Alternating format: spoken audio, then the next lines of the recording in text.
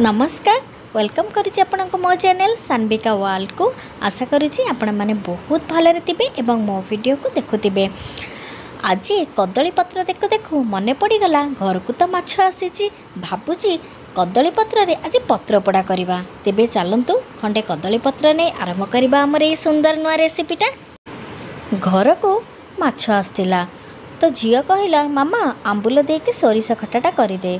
किए कहला कि नाई झोल खाइबी किंतु कदली पत्र देखी कि मने मने भाविली जाउची एथिर 2-4टा पीस मो पत्र पोड़ा करी आ माछ पत्र पोड़ा खाइबा को बहुत ही टेस्टी लगे। चुली रे पोड़ा तो सी गोटे टेस्टी जदि आपणकर घरे चुली नाही तेबे गैस रे मध्य करिके खाइ परिबे। एबे माछ को भल भाबरे धोई सेथिरे हळदी लूण एवं अल्प लेंबू रस पके ताकू गोळेकी भल भाबरे किछि समय रखिदबा।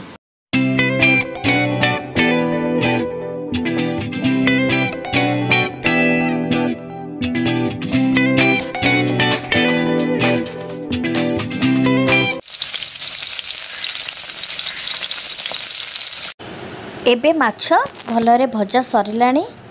एबे याको पत्र पोड़ा करिबा। तबे देखंतु मु 4 खंड एठी माछ नेइची। एबे आमे जहा जहा ता पई इंग्रेडिएंट्स एथि गोटे गोटे पकेइबा। जेमिति के एठी फास्ट कटा हेतिबा टमाटो आपण पकेइबे, तापरे आपण कटा हेतिबा पियाज को पकेइबे।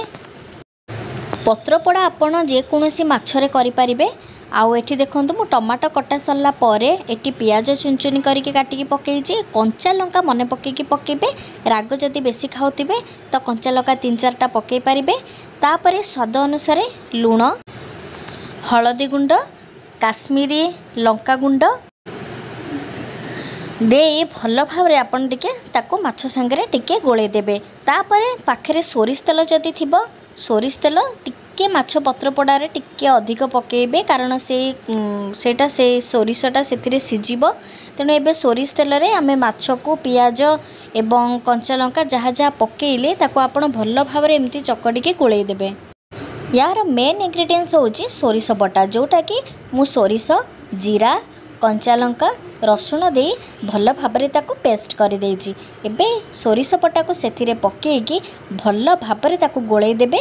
आउ टिके आपण आंबुल खंड को छोट छोट कर काटिकी सेथिरे पकेइकी जेतेटा माछ करिवे सेतेटा माछ को भल भाबरे एमती गोळेइ देबे। जेते बेले आपण कदली पत्र रे गोळौथिबे ना बहुत ही बढ़िया बास्ना तार आसीबो। आउ आपण पत्र पोड़ा एई पत्र पोड़ा गोटे आइटम करिकी भात पखाल तो माने पूरा आराम से खाइदेबे। बास्ना एते जोरे हबो। देखंतु एबे भल भाबरे हमर माछ गोळा सरला। एबे ताको बांधिबा। चुली जदि थिबो से तो आहुरी बहुत बढ़िया। जदि चुली नाही तेबे आपण इंडक्शन गोटे करे बसे कि मध्य याको करि पारिबे किंबा गैस रे मध्य करि पारिबे।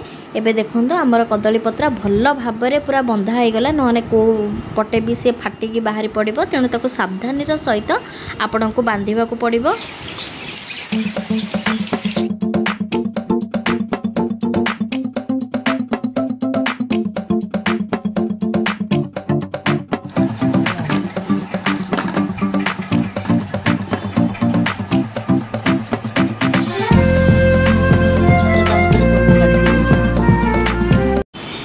एबे देखंतु माछ पत्र पोड़ाटा केते सुंदर देखा जाउची। तो आज मोर वीडियो केमती लागला निश्चिंत जणाइबे। रहुची नमस्कार।